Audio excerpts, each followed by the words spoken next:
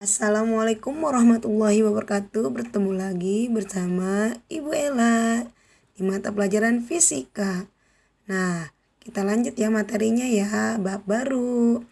Nah, sebelum kita belajar kita berdoa dulu ya. Berdoa menurut kepercayaan masing-masing. Berdoa mulai. Selesai. Nah, materinya apa ya? Oh nih ada animasi, ada orang berjalan, atau bisa juga orang mendorong ya, mendorong sebuah benda. Nah ini ada apel yang jatuh dari pohonnya. Nah kira-kira pembahasannya apa ya? Nah tentang usaha, energi, dan daya. SMP pernah belajar ya. Ibu flashback lagi ya dan ibu tambahkan sedikit. Nah usaha yang pertama. Usaha itu besarnya gaya yang bekerja terhadap benda sehingga benda itu berpindah. Jadi kalau kita mengenakan gaya terhadap benda dan benda itu berpindah, itu kita melakukan usaha. Contohnya ada suatu balok, nah kita berikan gaya, kita dorong ke depan, nah dia berpindah sejauh S. Nah ini usahanya kita dapat cari dengan rumus W sama dengan F dikali S. F itu apa? S itu apa? W itu usaha, satuannya Joule. F itu gaya, satuannya Newton. S itu perpindahan 1 meter. Jadi kalau misalkan benda itu tidak berpindah, berarti dia melakukan usaha tidak atau menghasilkan usaha tidak. Kalau tidak berpindah berarti 0 ya. Berarti tidak melakukan atau menghasilkan usaha. Selanjutnya, nah, kalau misalkan kita mendorongnya dengan ditarik dan membentuk sudut theta. Nah, usahanya dapat dicari dengan rumus W sama dengan F cos theta dikali S. Oke. Nah, di sini ada contoh soal. Ayah mendorong meja dengan gaya 50 Newton dan berpindah sejauh 10 meter. Hitunglah yang pertama usahanya. Yang kedua, usaha yang ayah jika ditarik dengan tali dan bentuk sudut 30 derajat. Nah, diketahui ya, jangan lupa fisika itu harus diketahui, ditanyakan, dijawab. 50 Newton itu adalah F gayanya. 10 meter itu adalah perpindahan atau S-nya 10 meter. Nah, yang ditanyakan A, W-nya, usahanya. Yang B, usaha jika tetanya 30. Jawab ya, yang pertama dulu, yang A. W sama dengan F dikali S. Langsung saja ya, F-nya 50, S-nya 10, berarti 500 Joule. Gampang ya. Yang B-nya, W sama dengan F cos theta dikali S. F-nya 50, S-nya 10, cos 30. Bu, cos 30 berapa, Bu?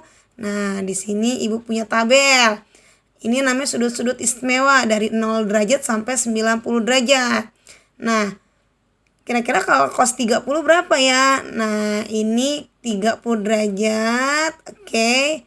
Nah, cosnya itu berarti setengah akar 3. Nah, kita pindahkan. W sama dengan 50 cos 30-nya kita ganti setengah akar 3 dikali 10. 50 dikali setengah, 25 akar 3 dikali 10. Akar 3 tidak bisa dikalikan dengan 25 ya. Tidak bisa 25 dikali 3 ya. Jadi dia tetap sendiri akar, 25 itu konstantanya. Nah, 25 dikali 10, 250 akar 3 Joule. Itu hasilnya. Lanjut. Nah, tentang energi. Nah, energi itu terbagi menjadi 3. Yang pertama, energi kinetik. Apa itu? Energi yang dimiliki benda karena kecepatannya. Nah, secara matematis nah, ini dia. Eka sebenarnya setengah mv kuadrat. SMP pernah ya. Nah, energi potensial. Apa itu? Energi yang dimiliki benda karena kedudukannya atau ketinggian. Jadi kalau energi karena kecepatan itu energi kinetik, kalau karena kedudukan atau ketinggian itu energi potensial. Dapat dicari dengan rumus EP sama dengan M dikali G dikali H. Nah, terakhir energi mekanik. Apa itu? Gabungan atau jumlah energi kinetik dan energi potensial.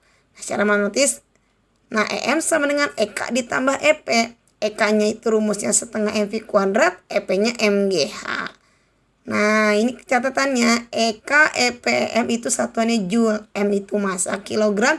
V kecepatan meter per sekon. G percepatan gravitasi meter per sekon kuadrat. dan H ketinggian meter. Oh iya, G kalau tidak diketahui di soal itu kita pakai 10 ya, meter per sekon kuadrat. Jangan lupa. Lanjut. Nah, hukum kekekalan energi mekanik. Nah, ini ada contoh nih. Ada bola kita jatuhkan ke dasar.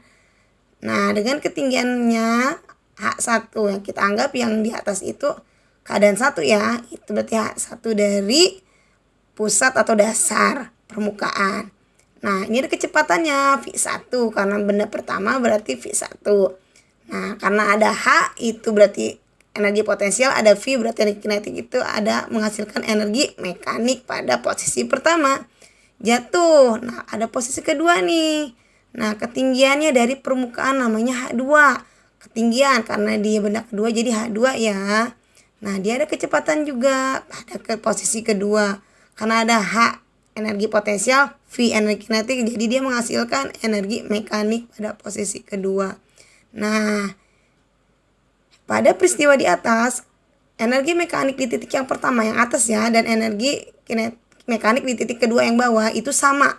Karena hukum kekalahan energi mekanik itu menyatakan bahwa besar energi di setiap energi mekanik di setiap titik itu selalu sama. Oke. Nah, secara matematis dapat ditulis. Nah, M1 sama dengan M2 karena tetap. Oke, M1 berarti EK1 ditambah EP1, M2 EK2 ditambah EP2. EK1 setengah MV1 kuadrat. Ya, karena V-nya itu posisi pertama jadi V1 ditambah MGH1 karena itu ketinggian posisi pertama ya. EK2 berarti setengah MV2 kuadrat karena itu kecepatan kedua jadi V2 ditambah MGH2 karena itu ketinggian kedua. Bu, kok M-nya sama, tidak ada M1 M2 karena benda ini tidak pecah, dia tetap. Oke, lanjut. Oh, ada contoh soal. Nah, contoh soalnya. Di sini Ibu contoh soal langsung ke hukum kekalahan energi mekanik ya. Ibu anggap kinetik potensial itu kalian sudah paham karena itu tinggal di perkalian saja ya. Di sini yang agak lebih luasnya. Contohnya, sebuah balok dengan massa 1 kg meluncur bebas dari bagian atas bidang miring licin sehingga tiba di bagian dasar bidang miring tersebut. Jika puncak bidang miring berada pada ketinggian 3,2 meter di atas permukaan lantai, berapakah kecepatan balok saat tiba di dasar bidang? Nah, diketahui, jangan lupa. Nah, ini diketahuinya Ibu ilustrasikan. Oke, ada balok di atas. Ini posisi pertama yang di atas. Dengan ketinggiannya 3,2 meter. Karena posisi pertama berarti H1 ya. Nah, ingat dia meluncur bebas. Itu jatuh bebas. Berarti V-nya 0 ya. Karena dia posisi pertama berarti V1-nya 0. Nah, dia tiba di dasar bidang. Seperti ini. Ini posisi 2. Ada ketinggian gak dari bawah? Tidak ada. Berarti H2-nya 0. Nah, yang ditanyakan itu adalah V2-nya berapa? Oke, jawabnya. Ingat, hukum kekalahan energi mekanik itu EM1 sama dengan EM2. EK1 ditambah EP1 sama dengan EK2 ditambah EP2. EK1 setengah MV1 kuadrat ditambah MGH1 sama dengan setengah MV2 kuadrat tambah MGH2. Nah, karena V1-nya 0 berarti EK1-nya 0. Karena H2-nya 0 berarti MGH2-nya 0. Oke, berarti tinggal MGH1 sama dengan setengah MV2 kuadrat. Nah, M setengah M karena sama kita bisa coret. Tinggal 2-nya dikalikan ke GH ya. Berarti 2GH1 sama dengan V2 kuadrat. V2 sama dengan, kuadratnya dipindah jadi akar ya. Akar 2GH. Nah, ingat G kalau tidak diketahui nilai 10. H1-nya 3,2. Jadi 2 kali 10 kali 3,2 akar 64. Akar 64 berapa? 8 meter per sekon. Oke. Nah, kita lanjut. Nah, latihan soal. Ini latihan tentang usaha dan energi ya.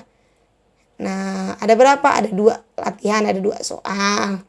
Yang pertama, sebuah meja didorong dengan gaya 100 Newton dan berpindah sejauh 10. Nah, gayanya F-nya 100, berpindah berarti S-nya 10 ya. Hitunglah usahanya W. Yang B usaha jika ditarik tali dan membentuk sudut berarti tetanya 45. Lihat di tabel, oke. Sama seperti di contoh soal, hanya beda angka saja. Yang kedua, Sebuah bola bermassa 2 kg jatuh bebas dari ketinggian 20 meter di atas permukaan tanah. Berapakah kecepatan bola pada saat ketinggiannya 5 meter di atas permukaan tanah? Nah, ini massanya 2. Jatuh bebas berarti V awalnya berapa? 0 ya. Dari ketinggian berarti ketinggiannya 20 H1. V1-nya 0, H1 20. Oke. Nah, berapakah kecepatan bola pada saat ketinggian? Berarti tanya V2-nya. Nah, H2-nya kalau tadi di contoh soal 0, ini H2-nya ada ketinggiannya 5 meter. Oke, ingat G-nya 10 kalau tidak diketahui. Jadi M-nya 2, H1 20. Yang ditanya V2 ketinggiannya 5 meter berarti H2-nya 5. Oke, selamat mengerjakan. Ingat, dikerjakan, catatannya dicatat di buku, latihannya kerjakan di buku, di foto, dikirim di classroom ya. Jangan di WA. Maaf, takut kehapus atau ketiba-tiba yang lain ya. Gitu aja dari Ibu. Wassalamualaikum warahmatullahi wabarakatuh.